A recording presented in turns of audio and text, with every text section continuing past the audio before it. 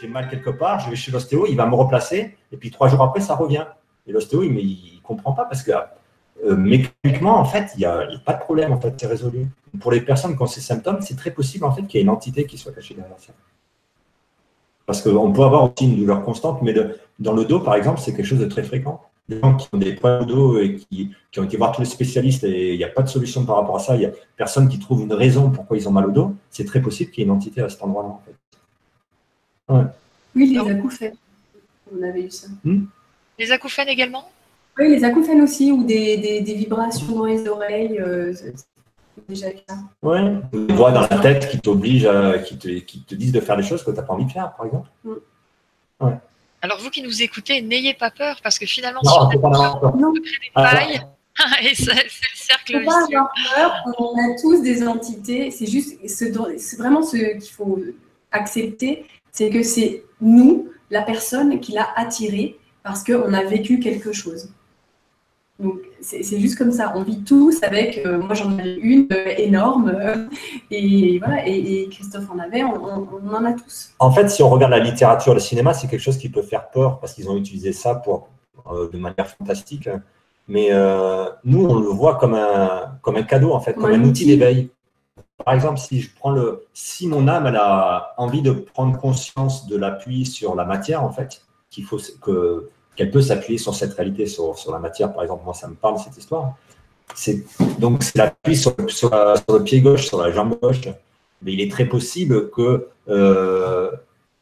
pour que je prenne conscience de mon pied gauche, si je marche sur une épine, mais d'un seul coup j'ai conscience que j'ai mal au pied, donc j'ai conscience de mon pied gauche en fait. Donc on pourrait dire que le fait d'avoir une entité me permet de prendre conscience de quelque chose. Et surtout, ça me permet de prendre conscience qu'à un moment, au niveau de ma construction, j'ai fait un vide, en fait. Dans mes corps énergétiques, il y a eu un vide. L'entité montre qu'il y a eu un vide, en fait. Donc, nous, on n'a pas peur de l'entité, on dit que c'est un révélateur de ce vide. Et on pourrait dire que l'entité, elle a un message spirituel à apprendre à la personne. Et une fois que le message a été appris, et là, avec les baguettes, on peut le faire, parce qu'on va détecter l'entité, on va voir où c'est qu'elle rentre dans le corps, et l'endroit où elle rentre, pour nous, c'est du symbole. Si elle rentre au niveau du rein droit, c'est l'alimentation de la lignée des hommes, par exemple. Si elle rentre au niveau de la zone sexuelle ou si elle rentre au niveau de l'œil, symboliquement, ça va raconter quelque chose, quoi. Et en plus de ça, elle va rentrer à l'endroit et puis elle va faire 3 racines. Et les baguettes vont nous permettre de détecter, en suivant les baguettes, on va voir le chemin des racines. Et ces racines vont se fermer dans des endroits symboliques aussi. Et tout ça va servir à la personne à prendre conscience de quelque chose, en fait. Plus les dates, en fait, ça va être une prise de conscience. Plus les dates, voilà. Donc, plus les dates, c'est-à-dire, quand Christophe dit les dates, c'est que les baguettes vont permettre de détecter des dates qui vont nous aider comme un rébut à trouver l'événement initial qui a créé le traumatisme et donc la faille chez la personne. Et lors de ce traumatisme, souvent la personne ça a été tellement fort, tellement dur, la personne a dit non, elle a refusé ce qui se passait. Et ce non, en fait, crée le trou, crée le creux, et c'est ce non à la situation qu'elle vivait qui fait que l'entité, elle, va venir, elle va dire « Ah bah t'as pas envie, et ben moi je vais te le faire faire ». Et l'entité fait faire toujours le même truc. C'est un jeune qui doit avoir 30 ans, entre 20 et 30 ans, on va dire, qu'on a vu il y a une quinzaine de jours, qui était dans l'alcool, dans la drogue. Et mal au dos, très mal au dos. Très mal au dos et dépressif depuis plusieurs années. Il ne savait pas ce qu'il allait devenir dans la vie et il n'avait aucun projet.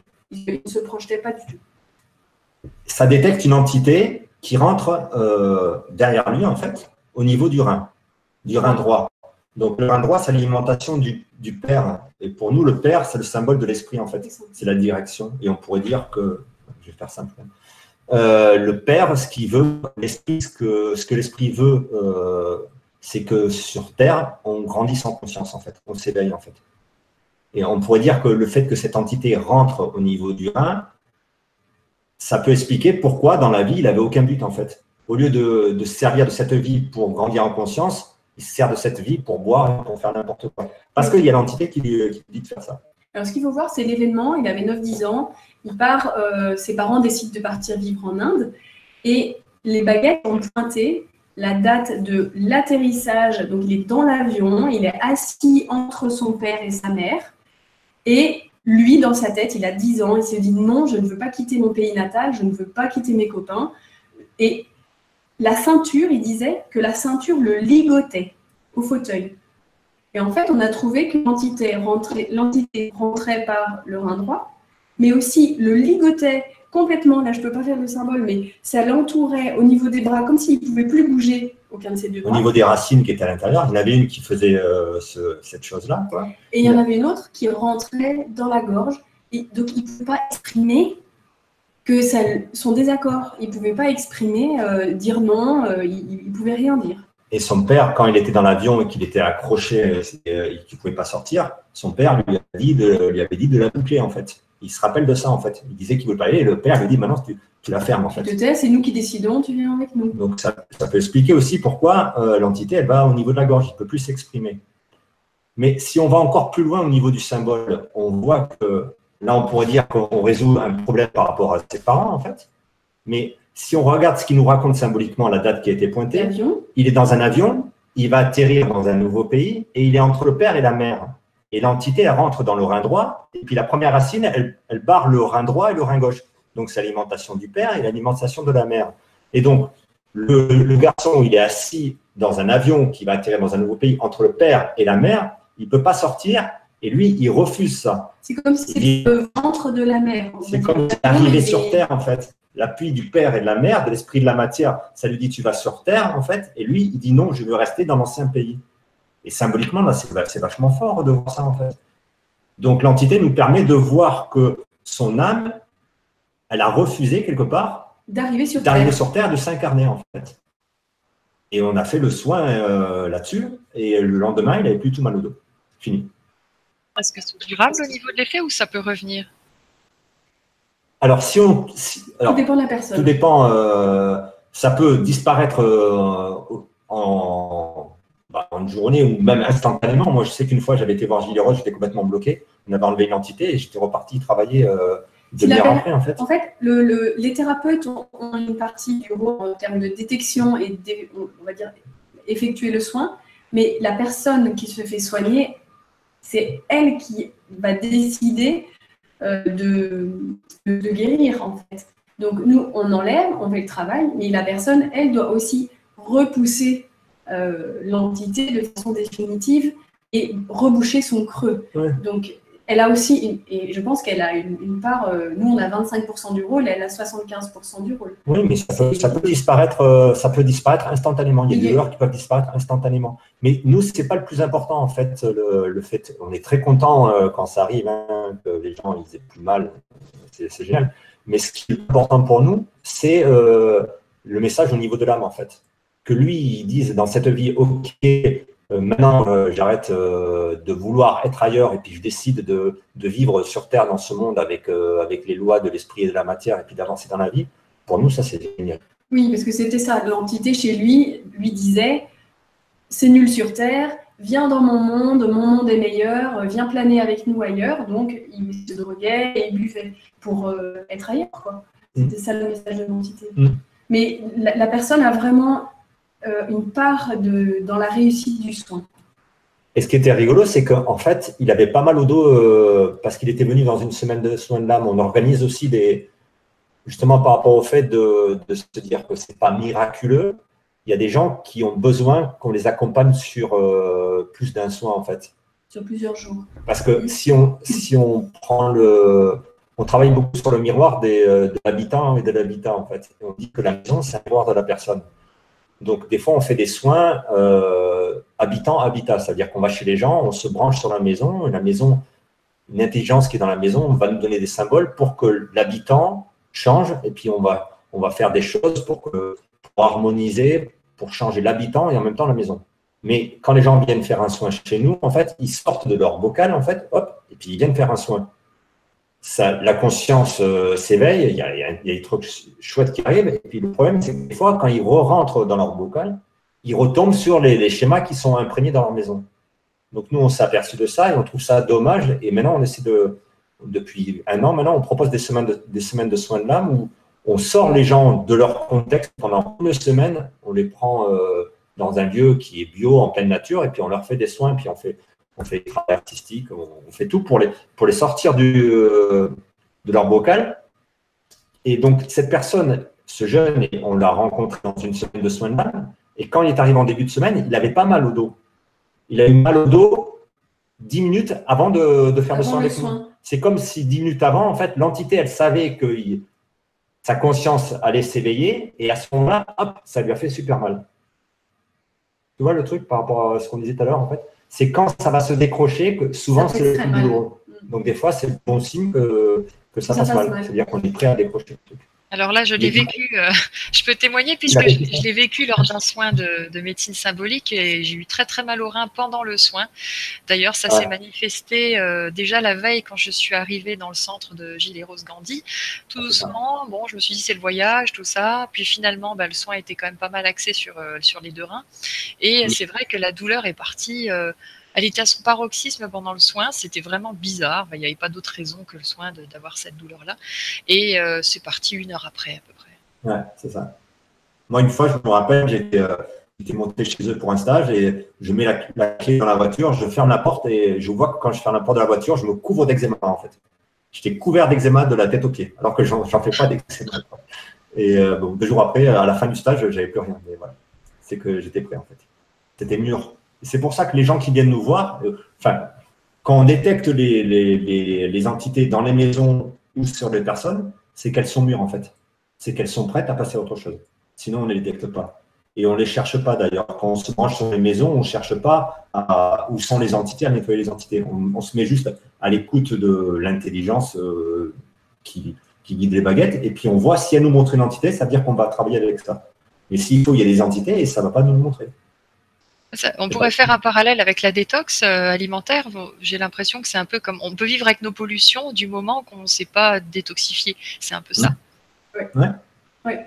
Non, mais c'est comme on vit avec nos verrues, on vit, ça ne gêne pas, quoi. Sauf le jour où on a besoin de passer à autre chose, là, d'un seul coup, la verrue va nous faire mal, en fait. Parce qu'on est en train de travailler sur le symbole qu'elle est en train de révéler. Donc, c'est pour ça que nous, on n'en a plus peur des entités. Puis c'est intéressant parce que ça montre aussi que tous les maux, les malaises, les maladies qu'on a sont vraiment quand même peuvent être considérés comme un processus de guérison. Ouais, c'est ça. C'est un mal pour un. L'être humain ne bougerait pas s'il n'était pas forcé à bouger, en fait. On était un peu feignant et c'est parce qu'on a mal qu'on a envie d'aligner. C'est ça, il faut toucher un certain inconfort pour changer nos habitudes. Ça, on est tous d'accord avec cette réalité-là. Alors, Anne et Christophe Mazel seront bientôt au Québec pour une première tournée au Québec de conférences et d'ateliers sur le thème des entités, des parasites énergétiques et des maladies karmiques. Alors, ils seront présents du 30 août au 11 septembre dans différentes villes, donc Montréal, Sherbrooke, Bromont, Drummondville. Donc, voilà, si c'est près de chez vous, surtout, n'hésitez pas à venir les rencontrer parce que ce sont des événements vraiment où il y a une dimension d'expérimentation très importante et toutes les informations sont sur le site ceneva.ca pour s'inscrire. Alors, qu'est-ce qu'on peut justement vivre avec vous lors de ces événements ? Dans la conférence, on va parler d'un thème, par exemple les entités ou les maladies karmiques, mais on va aussi faire des soins, on va faire des exemples en fait. Ce qui est le plus fort, c'est de voir comment ça marche en fait. C'est ce qui parle le plus. Donc, dans une conférence, on va parler pendant 2 demi-heures, on va expliquer le thème, et puis après, Anne va se brancher aux baguettes, et les baguettes vont se balader dans la salle, et ça va désigner une personne qui sera mûre pour faire un soin qui concerne la conférence. Et on voit que l'intelligence qui est derrière ça va faire en sorte que le soin qui va être fait sur cette personne fasse écho avec toutes les personnes qui sont présentes dans la salle. Et ça, c'est incroyable de le voir. En fait, ça va faire un soin collectif, on pourrait dire. Souvent, ça parle à tout le monde. Et nous, on ne sait jamais ce qui va se passer. Et je me rappelle de cet exemple-là qui était super chouette. Ça avait désigné un homme de 40 ans et ça avait montré qu'il y avait un symbole, le même que moi, par exemple, ce que je disais tout à l'heure, un problème par rapport à son père, en fait. Et quand la personne parle de son père devant tout le monde, on était 15 personnes à cet atelier-là, il dit, de toute façon, mon père, c'est un con. Je suis né en en Martinique. Et mon père, il a juste rencontré ma mère un soir et après, il est parti et il a fait ça partout dans l'île, en fait. Il a une réputation, son père, c'est un coureur et il met les femmes enceintes et après, il va faire autre chose. Donc, et tu sais que si les baguettes ont pointé ça, il va falloir faire un travail pour qu'il se réconcilie avec son père. Donc là, devant tout le monde, tu ne sais pas trop comment ça va faire. Et les baguettes ont été pointées une plante qui a dans la salle. Donc, moi, je me dis, ça va commencer, il va falloir que je fasse une théorie sur l'arbre de vie avec les ancêtres qui sont derrière et tout ça. Mais tout ça, c'est intellectuel. Et je travaille avec une dame qui s'appelait Josette à l'époque, qui tenait les baguettes, en fait. Et elle me dit, Christophe, j'ai pas l'impression que c'est la plante, j'ai l'impression que c'est quelque chose qui est dans le pot, à l'intérieur de la plante. Et dans le pot, il y avait un petit tigrou, tu sais, c'est un petit personnage de dessin animé là, qui change de couleur quand la plante est trop sèche, quand il faut l'arroser. Tu vois, c'est un test d'humidité. Et elle me dit, j'ai l'impression que c'est le petit tigrou là. Ah, d'accord. Donc, je prends le tigrou, je le sors de la plante et puis je le mets de l'autre côté de la pièce et puis je demande à baguette de voir le signal. Donc, si les baguettes retournent sur la plante, ça veut dire que ça parle de la plante. Si elles vont sur le tigrou, ça veut dire que ça parle du tigrou. Et ça pointe le tigrou. Et donc, tu es devant 15 personnes et tu dis, voilà. Donc, le message, c'est le tigrou.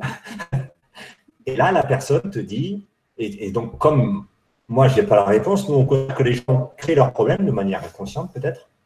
On pourrait dire ça au plus profond. On ne dit pas aux gens, c'est vous qui créez votre maladie, mais au fond, il y a un peu de ça, quoi.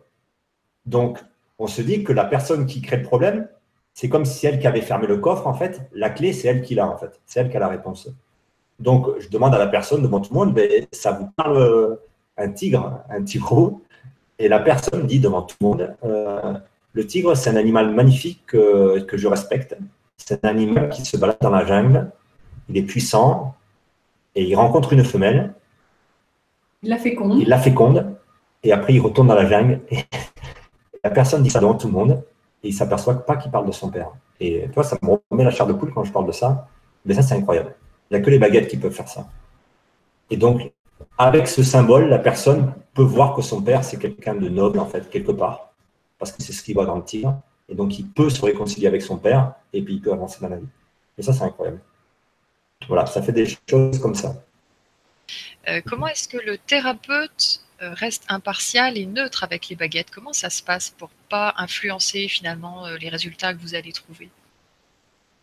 C'est une question d'entraînement. C'est compliqué au début, surtout quand on n'a pas beaucoup d'expérience. Bon, on fait beaucoup d'exercices de centrage, notamment du qigong, du yoga. On essaye de faire des exercices vraiment qui nous ramènent dans le corps pour couper au maximum le mental. Après, c'est sûr qu'on a un filtre naturel quand c'est une personne qui vient en soins et que c'est quelque chose qui nous touche en tant que thérapeute. C'est compliqué. Donc, c'est un vrai exercice de rappel à soi, d'être que dans son ressenti. Moi, j'essaie de ne pas du tout entendre mon cerveau. Je ne pense pas pendant que je fais le soin. J'essaie vraiment d'être juste connectée aux baguettes. Et si j'entends quelque chose, c'est plutôt un message ou un mot-clé ou un flash qui concerne vraiment la personne. Donc là, je pose la question. J'ai reçu ça comme message ou j'entends ça. Est-ce que ça vous parle? Si ça ne parle pas, je laisse tomber. Mais souvent, ça parle. Mais c'est vraiment ce rappel à soi, être à l'intérieur et ne penser à rien, être juste dans son corps. Nous, on dit être dans ses pieds. C'est-à-dire que tout le temps, je bouge mes orteils pour n'être que dans mon corps et ne penser à rien. Alors moi, je m'amusais à contrecarrer l'esprit là. Et donc, on fait tout pour être neutre, mais on ne l'est pas. Mais on l'est quand même pas, on a quand même notre... On ne l'est pas. C'est-à-dire que Anne et Christophe ne sont pas les mêmes. Ça veut dire qu'une personne, elle vient faire un soin avec Anne, elle va trouver des dates, elle va trouver des événements, et elle fait le soin avec Christophe, elle ne va pas trouver les mêmes dates, puisque l'intelligence qui donne les messages se sert aussi, passe à travers nous en fait. Donc Anne n'aura pas les mêmes dates que Christophe, mais au final, on aura le même résultat sur la personne. Ça paraît incompréhensible. Ça peut y aller par des chemins différents, mais le but c'est le même. On fait tout pour être neutre, mais on ne l'est pas. Mais la vie s'en fout parce qu'elle utilise ça en fait. Elle va utiliser mon ressenti, mon vécu, mon symbolique pour faire arriver la personne. Quand tu dis pas les mêmes dates, on ne parle pas d'un même sujet, en fait. Tu veux dire peut-être ça va pointer un autre événement ou quelque chose comme ça? Oui, ça peut pointer un autre événement, mais ça fera toujours du sens à la personne. Au final, on va arriver au même résultat. On va peut-être pas mettre le même sens ou le même contenu, mais en revanche, la personne va repartir en ayant le même résultat. Nous avons donc Yo Trévinal qui demande que sont les orbes dans tout ça? Ce qu'on appelle les orbes, ces points lumineux qu'on capte parfois sur certaines photos. J'en sais rien. Je sais pas. Je sais pas. Je sais pas si c'est des entités ou si c'est des âmes. J'en sais rien. Je peux pas répondre. On ne travaille pas avec ça, nous. Je sais que ça existe sur les photos, mais je pourrais pas dire. J'en sais rien. Puisqu'en fait, vous vous axez beaucoup au travail avec les baguettes, donc en fait, c'est ce qu'elle vous indique. On les appelle orbes ou autre chose. Ouais, mais nous, on n'utilise pas le mot orbe et puis ça ne pointe pas ça. Donc, c'est possible que quand ça pointe une entité, si on prenait une photo à cet instant-là, on verrait qu'il y a une orbe, mais là, je ne sais pas. D'accord. Ben, merci en tout cas pour la question. C'est toujours intéressant de vérifier. Alors, nous avons également la Belette qui demande si les âmes ou les entités, puisque ce sont deux choses que vous distinguez, est-ce qu'elles partent définitivement après le soin? Donc, on en a un petit peu parlé au début de la conférence, lors du replay. Moi, je vous invite à réécouter peut-être le passage précédent. Est-ce que vous avez quelque chose à rajouter sur ce sujet? Alors, pour ce qui est des âmes, nous, quand ça les pointe, on les fait partir, en fait. Quoi qu'il arrive, on les fait partir. On pourrait dire que là-dessus, on insiste là-dessus. On pense que c'est une énergie qui s'est incarnée et qui doit repartir, comme dit la tradition, dans le ciel. Et que la personne veuille ou pas, nous, on pense qu'on doit le faire partir. C'est un principe de la vie, en fait. Donc on doit le faire partir, mais en aidant la personne à mettre du sens de pourquoi cette âme se présente à elle. Parce qu'on connaît tous des personnes qui sont mortes, on n'a pas forcément les âmes qui se manifestent à nous. C'est qu'il y a donc un symbole à mettre au clair pour que la personne comprenne pourquoi est-ce qu'elle garde auprès d'elle quelque chose de mort. Il y a quand même ce symbole-là qui est important de mettre au clair. Donc on ne force pas la personne à faire partir l'âme, on met du sens. Une fois que la personne se rend compte qu'en fait ce n'est plus nécessaire d'avoir quelque chose de mort devant elle, à côté d'elle ou sur elle, alors elle est OK pour faire partir. Et donc, naturellement, on fait forcément partir une âme. Mais c'est juste de montrer par A plus B à la personne, que la personne va comprendre que ce n'est pas bon pour elle de garder une âme auprès d'elle. Donc là, on la fait forcément partir.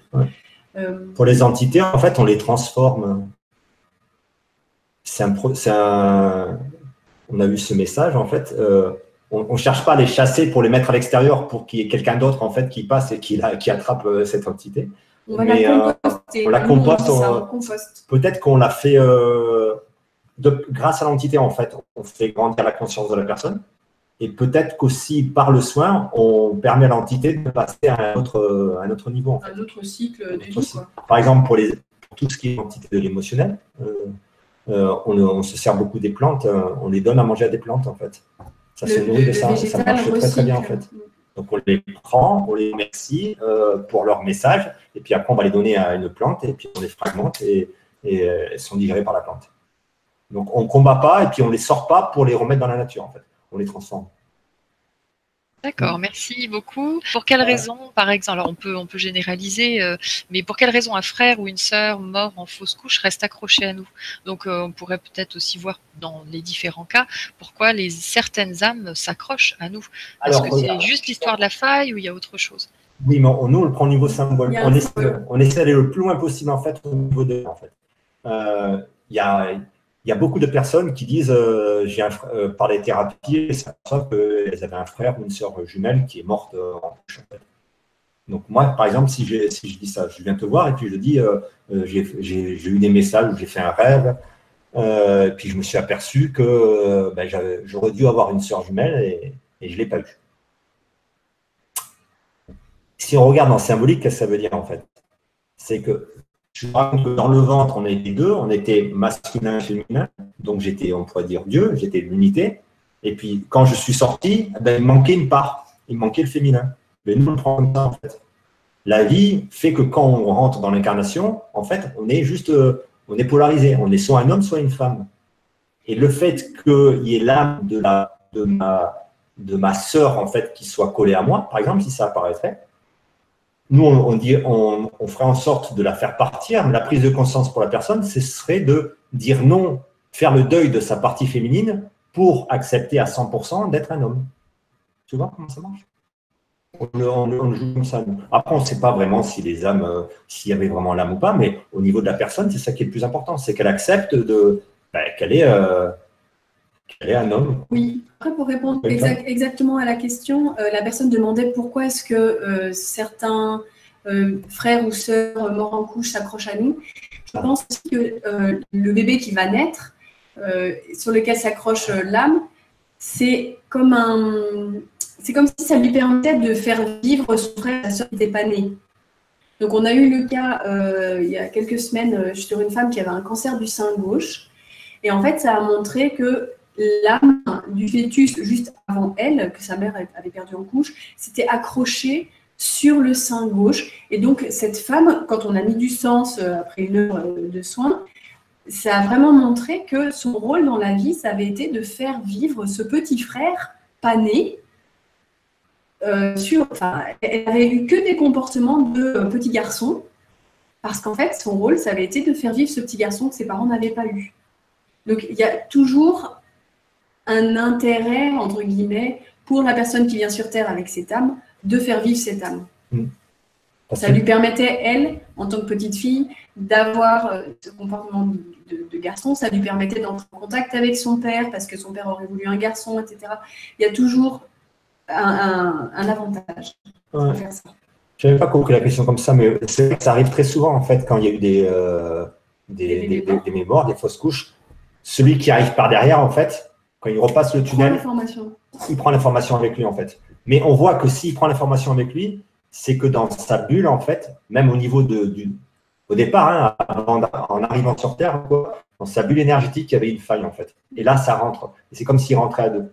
Et on le voit beaucoup. Il y a beaucoup de gens qui refont. On dit, il a exactement le même caractère que son grand-père. Et nous, on parle d'un même principe là-dessus, en fait. On voit que le petit, il arrive avec l'âme du grand-père. C'est comme s'il jouait le rôle du grand-père. Et en détricotant avec les baguettes, on comprend ce qu'il y a caché derrière, en fait. Donc, très souvent, ça arrive au cerveau. Merci beaucoup pour ces précisions. On passe à la question suivante. Christina demande, pouvez-vous me conseiller un livre sur la symbolique des organes et des parties du corps? La médecine chinoise est très complète là-dessus. Il existe des tableaux qu'on peut trouver dans les livres de Rosé Gilles Gandhi, mais on peut les trouver aussi ailleurs, des tableaux qui résument par organe, par émotion, tout ça. Ouais. Mais nous, avec très peu, si on dit le foie, c'est le père, les problèmes de foie, c'est le père, la rate, c'est la mère, le cœur, c'est l'âme, et les reins, c'est les ancêtres, avec ça, on fait presque tout, en fait. Voilà, mais c'est surtout basé sur la médecine chinoise. Donc, j'en profite pour présenter deux livres de Gilles et Rose Gandhi qui ont attrait avec le sujet d'aujourd'hui. Entité et parasites énergétiques aux éditions Trajectoire. Donc, un lien entre la médecine du corps et de l'esprit que vous proposerez justement lors de ces événements au Québec. Et puis, possession et maladie karmique. Est-ce que l'anorexie peut être un symptôme d'un parasitage énergétique quelconque? Oui.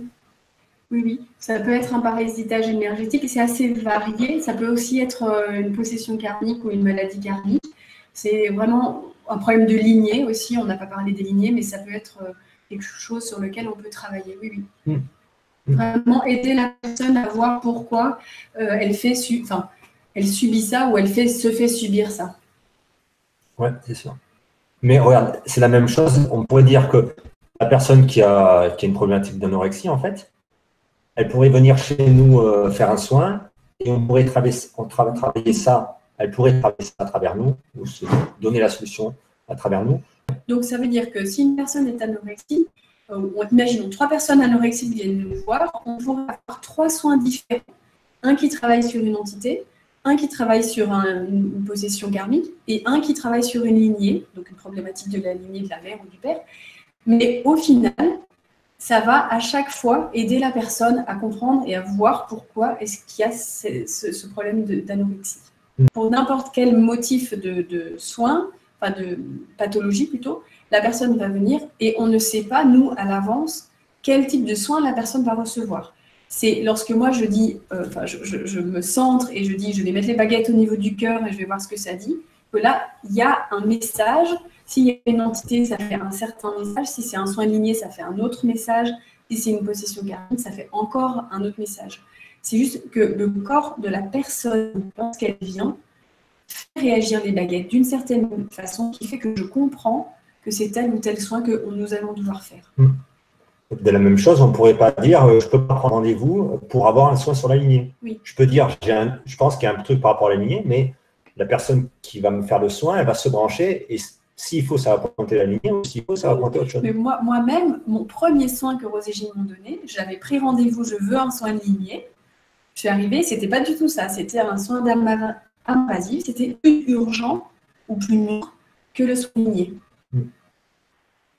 C'est un peu bizarre parce qu'en fait, on travaille sur l'invisible et on voudrait que ce soit rationnel comme le monde visible. En fait. On pourrait se dire, il suffit pour être heureux, il suffit que je fasse mon soin de lignée, mon soin d'entité, mon soin de passoire et mon soin d'invisible, et tout est réglé.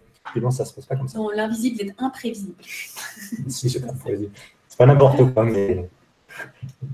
Oui, puis l'énergie fait son travail, elle sait où aller, quoi. C'est souvent ça. Voilà. Et surtout, les baguettes, nous, on est à l'écoute et on ne peut pas les diriger. Donc, on suit ce que ça montre. Il y a Lolo Lafrite qui demande combien de racines a une entité ou une âme. Donc, aussi voir quel est l'intérêt de l'information, parce qu'elle fait référence au livre Entité et parasite énergétique, qui mentionnerait qu'une racine avec une entité… Il écrit 3 racines pour un quai du mental. Donc là, on va rentrer dans trop de détails du livre. Pour répondre comme ça, nous, on ne voit pas de racines sur les âmes, en fait. On voit que les âmes, elles tournent autour de la personne ou elles sont… Oui, l'âme se manifeste plutôt comme une boule énergétique devant, près de la personne, dans une couche énergétique proche de la personne. Que l'entité va être une grosse masse énergétique, enfin plus ou moins grosse, qui va être loin à l'extérieur de la bulle énergétique, donc de l'aura de la personne, et qui va faire un tunnel qui va arriver jusqu'à l'endroit de la faille. Et à cet endroit-là, imaginons que ça rentre dans le rein gauche de Christophe, le tunnel, de là, du rein gauche, partent alors 3 racines. Il peut y en avoir une, imaginons qui remonte dans le poumon gauche et qui s'arrête à l'oreille gauche, puis une qui va aller du rein gauche au rein droit, et puis une autre racine qui va prendre la jambe, la cuisse, le genou gauche et qui va s'arrêter dans le gros orteil. Et après, on met du sens et du symbole, on explique à la personne pourquoi il y en a toujours 3, pour répondre à la question. Sur les entités, il y a toujours 3 racines. On ne sait pas pourquoi, c'est peut-être un symbole encore de la Trinité, toujours la même chose, corps, âme, esprit. On ne sait pas, il y a toujours 3. Et on travaille aussi sur les nœuds émotionnels, des nouures émotionnelles qui sont dans le corps aussi. Et il y a 3 racines aussi, pareil. Toujours 3. Bien, je vous remercie infiniment pour votre intervention aujourd'hui. Merci à vous de nous avoir suivis. Je précise donc que Anne et Christophe Mazel seront bientôt au Québec pour une tournée d'événements du 30 août au 11 septembre et que toutes les informations sont sur le site soneva.ca. Mais si vous êtes en France ou en Belgique, enfin voilà, vous pouvez aussi rencontrer des thérapeutes de médecine symbolique ou dans différentes régions, puisque Gilles et Rose Gandhi ont formé différentes personnes et Anne et Christophe Mazel seront sûrement ravis de vous rencontrer. Donc les informations sont sur le site médecinesymbolique.fr. Alors, merci à toi pour cette expérience. On n'a jamais fait ça. C'est un plaisir. C'était très agréable comme expérience. Merci. Merci à tous ceux qui ont écouté. Nous, on est ravis d'aller au Québec. On n'y est jamais allé. On a hâte de venir. On a hâte de voir ça, de rencontrer les gens. Ce qui est génial avec les baguettes, c'est qu'on rencontre les gens au niveau du cœur, au niveau de l'âme. Et ça va très, très vite, en fait. Les gens nous racontent des choses qu'ils n'ont jamais racontées à personne, presque. Et ça fait qu'on est quand on fait des soins ou qu'on fait un atelier, on est en lien avec les gens de manière très, très forte, en fait. Et c'est génial de venir rencontrer des gens et puis un nouveau pays comme ça. Ça va être profonde, quoi. Donc, on est vraiment ravis de ça. Ouais. Je vous souhaite une très bonne fin de journée, ou journée, selon d'où vous nous écoutez. Merci beaucoup, Anne et Christophe, pour votre participation, toutes les informations que vous nous avez fournies aujourd'hui. Et je vous dis donc à très bientôt. Merci. Au revoir. Au revoir.